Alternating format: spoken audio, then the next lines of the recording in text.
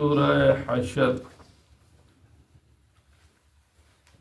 أعوذ بالله من الشيطان الرجيم.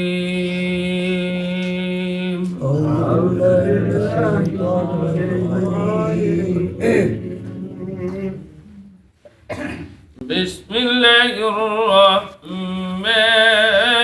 الرحيم. بسم الله الرحمن الرحيم. سبح لله ما في السماوات وما في الأرض. سبح لله ما في السماوات وما في الأرض وهو العزيز الحكيم. وهو العزيز الحكيم.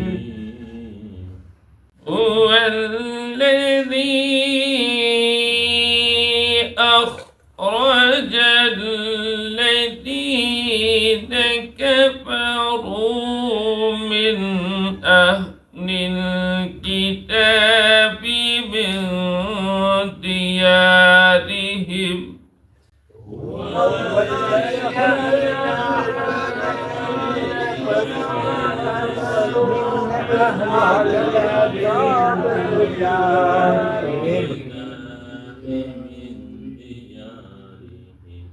من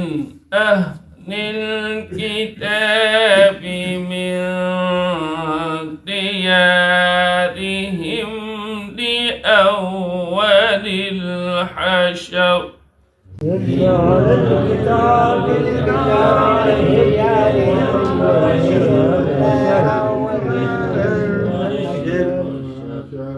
ما ظننتم أن يخرجوا وظنوا أنهم مانعتهم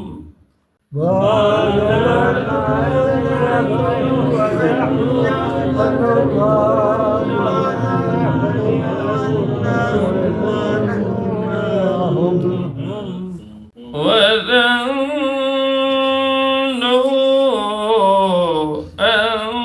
أنهم مانعتهم حصولهم من الله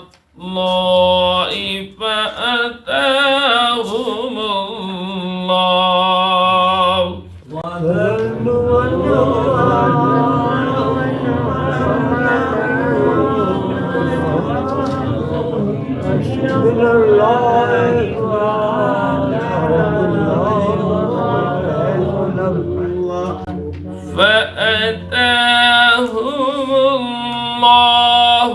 من حيث لم يحتسبوا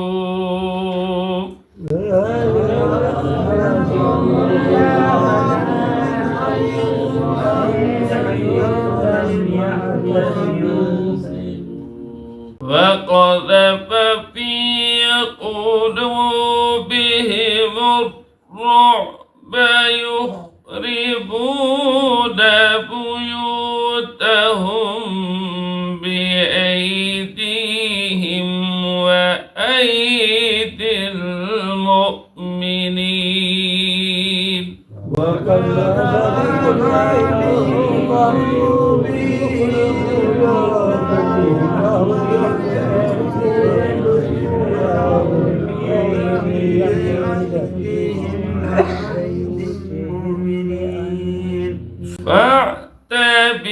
فاعتبروا يا أولي الأبصار.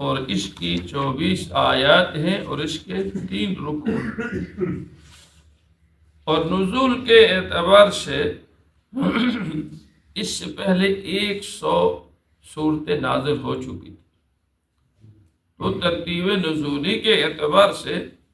سورہ حشر جو ہے اس کا نمبر ہے 101، اور یہ مدینہ منورہ میں نازل، اور اس سورت کا دوسرا نام جو ہے سورہ بنی نذیر بھی ہے۔ سورہ حشر کو تو حشر اس لیے کہتے ہیں کہ اس میں آپ نے پڑھ لیا لأول الحشر، اس لیے اس کو سورہ حشر کہتے ہیں، اور سورہ بنی نذیر اس لیے کہتے ہیں کہ حضور کریم صلی اللہ علیہ وسلم جب مکہ مکرمہ سے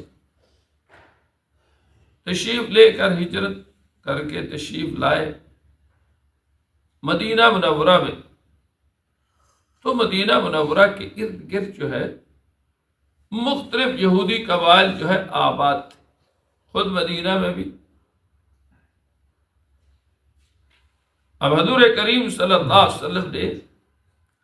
ان یہودی قبائلوں سے، جن میں بنو نذیر بھی ہے،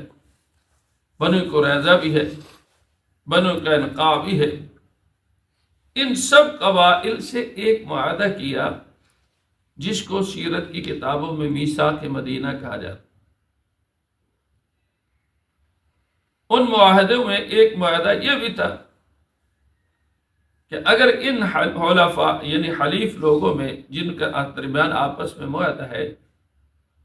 ان پر اگر کوئی باہر سے آ کر حملہ کرے گا تو یہ سارے کے سارے لوگ جو ہے مل کر اس کا مقابلہ کریں، اور اگر ان میں سے کسی ایک سے خدا نخواستہ کوئی ناحق قتل ہو جاتا ہے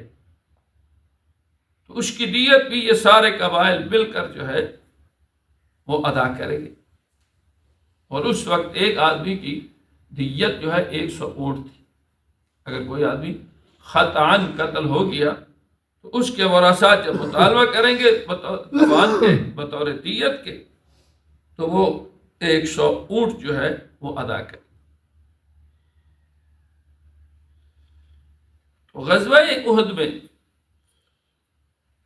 جب رسول اللہ صلی اللہ علیہ وسلم کے صحابہ کرام 70 شہید ہو گئے اور زخمی بھی تھے، اور خود حضور کریم صلی اللہ علیہ وسلم جو ہے وہ زخمی ہوئے، آپ کے دندار مبارک جو ہے زخمی ہو گئے، شہید ہو گئے۔ تو کعب بن اشرف جو ہے وہ یہودی تھا، اس نے مکہ مکرمہ میں جا کر ابو سفیان جو اس وقت مسلمان نہیں تھے، بعد میں مسلمان ہوئے رضی اللہ عنہم بنی، ان کو ابھارنے کی کوشش کی کہ دوبارہ حملہ کرو مدینہ منورہ میں، تاکہ یہ صحابہ کرام اور حضور کریم صلی اللہ علیہ وسلم جو ہے شہید ہو جائیں، اور مدینہ منورہ جو ہے وہ گویا کہ ہمارے قبضے میں آ جائے۔ 40 شادیوں کے ساتھ جو ہے وہ گیا۔ اور اسی طریقے سے بنو نذیر جو ہے انہوں نے بھی حضور کریم صلی اللہ علیہ وسلم سے بدعہدی کی۔ ان ایک بدعہدیوں میں ایک بدعہدی یہ بھی تھی کہ حضور کریم صلی اللہ علیہ وسلم کو بلایا اپنے گھر میں، اور ایک آدمی کو کہا کہ جب رسول اللہ صلی اللہ علیہ وسلم اس مکان کے نیچے بیٹھیں گے تو تم اوپر سے ایک پتھر گرا دینا، جس کی پتھر کی وجہ سے حضور کریم صلی اللہ علیہ وسلم زخمی ہو جائیں گے اور شہید ہو جائیں گے۔ تو اس طرح کی سازشیں کر رہے تھے۔ اس پر یہ آیات مبارکہ نازل ہوئی، اور حضور کریم صلی اللہ علیہ وسلم نے اعلان فرما دیا کہ بنو نذیر والو تم یہاں سے نکل جاؤ۔ یہاں سے جب نکل جاؤ گے تو پھر خیبر میں ان کو رکھا گیا، اور ان کے ساتھ ایک معاہدہ یہ ہوا، وہ بھی کب کہ جب صحابہ کرام جو ہے ان پر غالب آ گئے تو انہوں نے ایک قلعے میں محشور ہو گئے، تو پھر انہوں نے تنگ آ کر معاہدہ کیا۔ اس معاہدے میں یہ تھا کہ آپ ہتھیار لے کے نہیں جا سکتے، باقی جو ساز و سامان ہے جو لے جا سکتے ہو وہ لے جاؤ، لیکن ہتھیار نہیں لے جا سکتے۔ تو بنو نذیر کے ساتھ ہی ہو۔ پھر حضرت عمر رضی اللہ تعالیٰ کو جب خلافت ہوئی تو حضرت عمر رضی اللہ تعالیٰ نے ان کو یہ خیبر اور ان علاقوں سے نکال کر جو ہے شام کی طرف بھیجا۔ اس پر جو ہے یہ آیات مبارکہ جو نازل ہوئی، اور سب سے پہلے اللہ نے اس سورت کو جو شروع کیا ہے وہ تسبیح سے شروع کیا ہے کہ سبح للہ ما فی السماوات و ما فی الارض، کہ باغی بان کرتا ہے اللہ کے جو کچھ زمینوں میں ہے، جو کچھ آسمان میں، جو چیزیں زمین میں ہے اور جو چیزیں آسمان میں ہیں، ساری کی ساری جو ہے وہ اللہ کی تسبیح و تقدیس بیان کرتی ہے۔ سبحانک اللہم و بحمدک، کہ اے اللہ تو پاک ہے، ہر عیب سے پاک ہے۔ جو بھی چیز، چاہے درخت ہے، چاہے چرند ہے، پرند ہے، حیوانات ہے، نباتات ہے، حتیٰ کہ جمادات پہاڑ تک پتھر بھی اللہ کی تسبیح بیان کرتے ہیں۔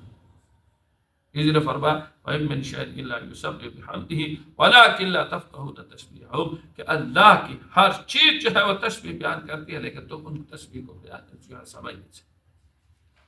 تو فرمایا وَهُوَ الْعَزِيزُ الْحَكِيمُ، وہ اللہ غالب بھی ہے، حکمت والا بھی۔ اور آگے وہ فرمایا وَالَّذِي أَخْرَجَ الَّذِينَ كَفَرُوا، اللہ وہ ذات ہے کہ جن نے نکال دیا ان لوگوں کو جو کافر ہو، جنہوں نے کفر اختیار کیا، من اہل الکتاب، اہل کتاب میں سے، بِانْتِيَارِهِمْ، ان کو گھروں سے نکال دیا، لِأَوَّلِ الْحَشْرِ، پہلے اکٹھے ہونے پر، جب انہوں نے اکٹھا ہوا اور چاہتے یہ تھے کہ رسول اللہ صلی اللہ علیہ وسلم پر حملہ کر دیں اور ان کو جو ہے زخمی کر دیں، یہ شہید کر دیں، تو اس اجتماع کے موقع پر اللہ نے فرمایا کہ ان کو نکالو یہاں سے، مدینہ منورہ سے نکال۔ ما ظننتم، وہ نہیں گمان کرتے تھے کہ ان یخرجوا، کہ وہ نکل جائیں گے، کیونکہ وہ آباء و اجداد کے اعتبار سے مدینہ منورہ میں جو ہے آباد تھے، ان کا گمان ہی نہیں تھا کہ یہاں مدینہ سے ہم چھوڑ کر چلے جائیں گے۔ وظنوا، اور وہ گمان کرتے تھے کہ انہم، کہ بے شک وہ، مانعتہم، کہ ان کو بچا لیں گے، حصونہم، ان کے قلعے، بڑے بڑے قلعے بنائے، ان قلعوں میں جب بند ہو جائیں گے تو یہ قلعے جو ہیں ہمیں بچا لیں گے، اور کیا ہوگا کہ ہمارے اوپر عذاب بھی نہیں آئے گا اور ہم جو ہے مدینہ چھوڑ کر نہیں جائیں گے، من اللہ، اللہ سے۔ لیکن کیا فرمایا فآتاہم اللہ، بس آیا ان پر عذاب اللہ کی طرف سے، من حیث لم یحتسبوا، جہاں سے ان کو گمان بھی نہیں، ایسی جگہ سے اللہ نے ان کو پر جو ہے عذاب میں مبتلا کیا، کہ وہ گھر چھوڑ کر جو ہے قلعے پہ بند ہوا، پھر قلعے سے بند ہو کر جو ہے وہ جو ہے خبر کی طرف چلے گی۔ وَقَذَفَ فِي قُلُوبِهِمُ الرُّعْبَ، اور اللہ نے ان کے دلوں میں رعب ڈال دی، يُخْرِبُونَ بُيُوتَهُمْ، کہ وہ اپنے گھروں کو ویران کر رہے ہیں، کیونکہ رسول اللہ صلی اللہ علیہ وسلم نے ان سے فرما دیا تھا کہ ہتھیار نہیں لے جا سکتے، باقی ساری کی ساری چیزیں جو ہے تم لے جا سکتے ہو۔ دروازے بھی اکھیڑ رہے ہیں، کھڑکیاں بھی اکھیڑ رہے ہیں، حتیٰ کہ چھت جو ہے وہ بھی اکھیڑ کر چھت کا سامان بھی اپنے ساتھ لے کے جا رہے ہیں۔ تو فرمایا اپنے گھروں کو بنایا تھا کہ اس میں رہائش رکھیں گے، اس میں سکون اختیار کریں گے، لیکن جب اللہ اور اس کے رسول صلی اللہ علیہ وسلم کی نافرمانی اور مخالفت میں آئے تو اپنے گھروں کو ہی ویران کر رہے تھے۔ یخربون بیوتہم،